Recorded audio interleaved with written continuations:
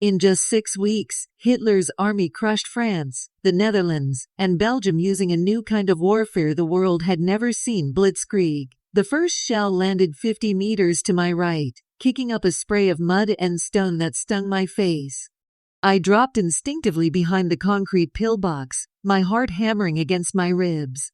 Through the narrow firing slit, I watched as French artillery continued its futile bombardment. The shells were landing wide, their trajectories too high, too predictable. Our forward observers had done their job well. It was May 13, 1940, and I, Oberst Heinz Guderian, commander of the XIX Panzer Corps, stood at the forefront of what would become history's most decisive armored breakthrough. Behind me, the engines of my panzers roared like hungry beasts, ready to tear through the French defenses at Sedan and unleash the full fury of the Blitzkrieg. "Sir," Lieutenant Hoffman scrambled beside me, his face smudged with dirt and sweat. "The engineers report the bridges are ready." "The first panzers are crossing now," I nodded, adjusting my binoculars. Below us, the Meuse River churned, its waters swollen by spring rains. On the far bank, French troops huddled behind their fortifications, unaware that the war as they knew it was about to end. "Tell the artillery to cease fire," I ordered. "Let them think we're preparing for a conventional assault. Meanwhile, inform the panzer divisions to cross immediately, no waiting for infantry." Speed is everything. As Hoffman hurried away, I thought back to the days leading up to this moment. When Hitler had approved our plan to send armor through the supposedly impassable Ardennes Forest, many of my fellow generals had expressed grave doubts. "It's suicide," they'd said. "The terrain is too rough, the roads too few. Your tanks will bog down, and then the French will destroy you piece by piece." But I had seen the potential. The Ardennes wasn't a barrier, it was an opportunity. While the Allied command concentrated their best forces in Belgium, expecting us to repeat the Schlieffen Plan of 1914, we would strike through the soft underbelly of their defenses. Speed, surprise, and concentrated force, that was the essence of our new way of war. Now, as I watched the first of my Panzer IVs rumble across the pontoon bridges, I knew we were proving them wrong. The French had built the Maginot Line, an impregnable fortress stretching along their border with Germany, but they had neglected their defenses along the Meuse, assuming the Ardennes made such fortifications unnecessary. How wrong they were. The lead tank, commanded by Hauptmann Klaus von Stauffenberg, a young aristocrat with brilliant tactical instincts, reached the far bank and immediately engaged French positions. The 75mm gun of his Panzer IV made short work of the French artillery positions, which had been pounding our side of the river. "Excellent," I muttered to myself, "just as planned." Behind me, the rest of my corps was moving into position. The 1st and 2nd Panzer Divisions, commanded by Generalleutnant Friedrich Kirchner and Generalleutnant Rudolf Weil respectively, were forming up for the breakthrough.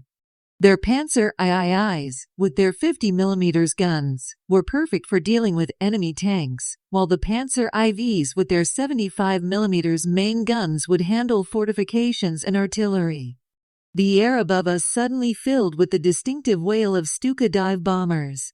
Looking up, I saw the Ju-87s with their inverted gull wings beginning their attack runs. The French anti-aircraft guns opened fire, but the Stukas were too agile, too precise. They released their bombs directly on French strongpoints, their sirens screaming as they dove, creating psychological terror as much as physical destruction. The combination of air superiority and armored assault was proving devastating. French morale, already shaken by the speed of our advance through the Ardennes, was collapsing. Within hours, our bridgehead had expanded from a narrow foothold to a substantial lodgment. By evening, we had secured 3 crossing points and were pushing reinforcements across as fast as possible. French counterattacks were disorganized and easily repulsed. Their commanders seemed paralyzed, unable to comprehend what was happening or how to respond. That night, I drove through the chaos of the crossing points, checking on my units.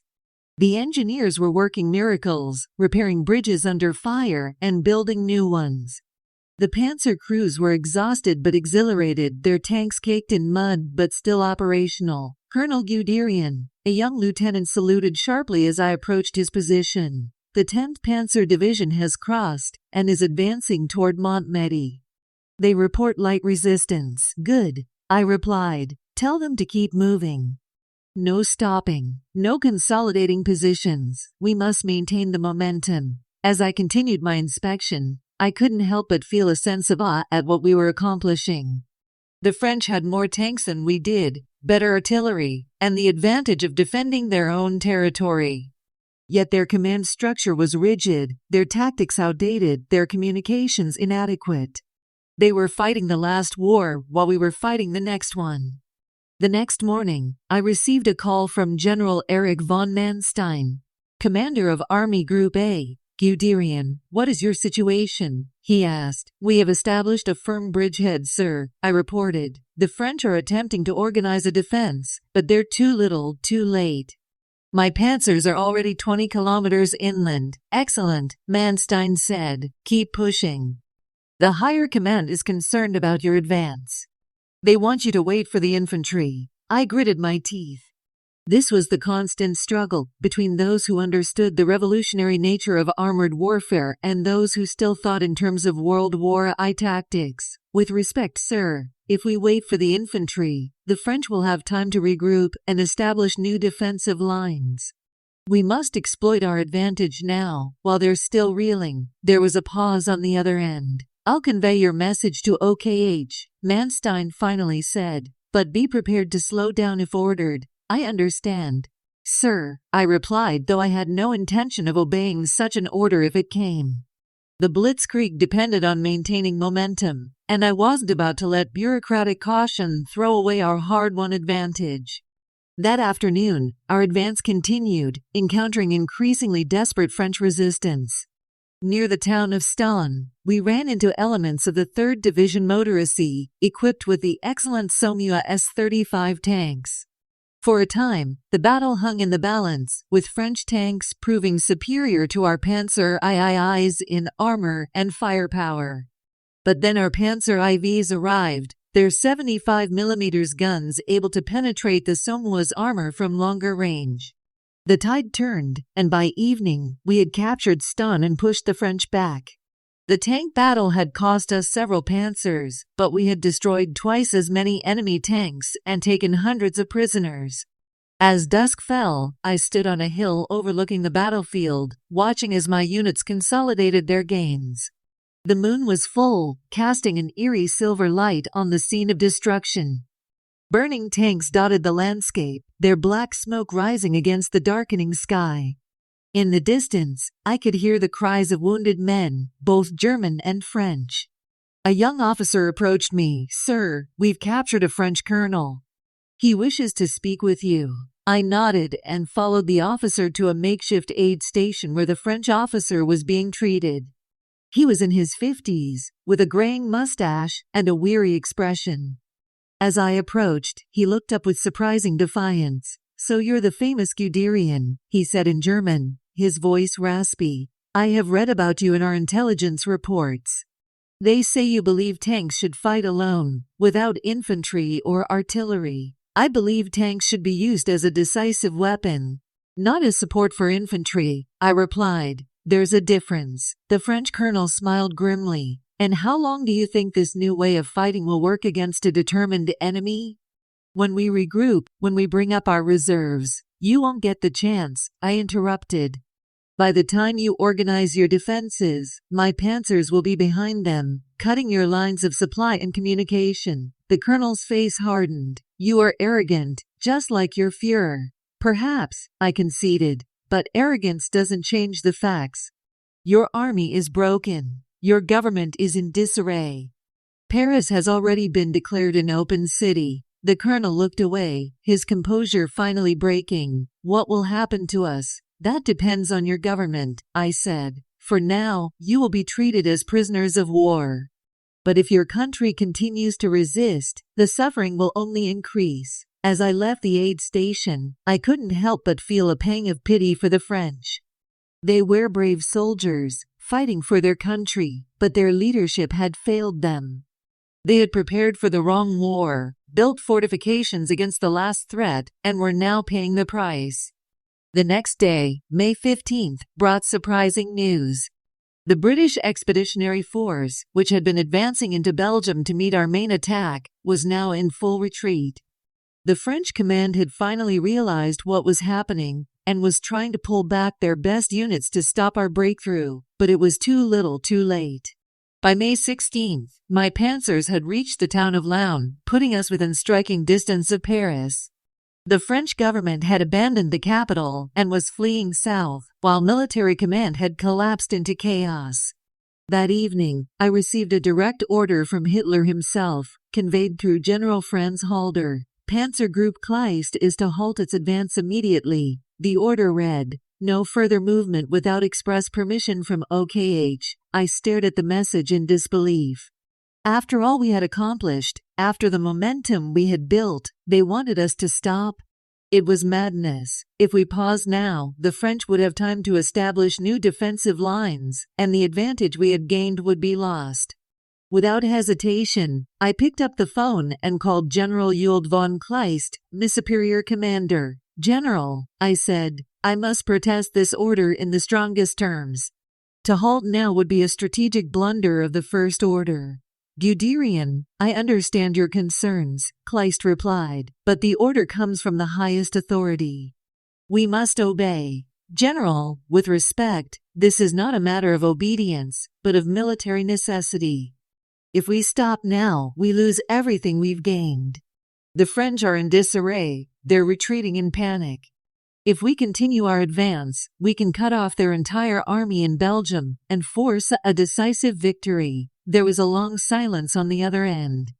"I'll convey our message to OKH, Kleist finally said, "but don't be surprised if they insist on a halt." I thanked him and hung up, my mind racing. I knew I had to take matters into my own hands. If the higher command was determined to throw away our victory, I would have to find a way around their orders. The next morning, I issued orders for my panzers to continue their advance, but under the guise of reconnaissance in force. I knew this was a technical violation of Hitler's orders, but I believed it was militarily necessary. The fate of the campaign hung in the balance. As my panzers rolled forward, they encountered increasingly light resistance. The French were in full retreat, their armies collapsing in on themselves. By May 20th, elements of my corps had reached the coast at Abbeville, cutting off the Allied forces in Belgium and northern France completely. The encirclement was complete. Over 400,000 Allied troops were trapped in what would become known as the Battle of the Dunkirk Pocket. Hitler, against the advice of his generals, ordered a halt to the advance toward Dunkirk, allowing the British to evacuate their forces in what would later be called the Miracle of Dunkirk. I was furious. "This is a mistake of historic proportions," I told my staff. "We could have destroyed the British Expeditionary Force completely. Instead, we vetoed them to escape to fight another day. The halt at Dunkirk would come back to haunt Germany. Those evacuated British troops would form the core of the Allied forces that would eventually invade Normandy 4 years later." After Dunkirk, our advance resumed, and the French resistance collapsed completely.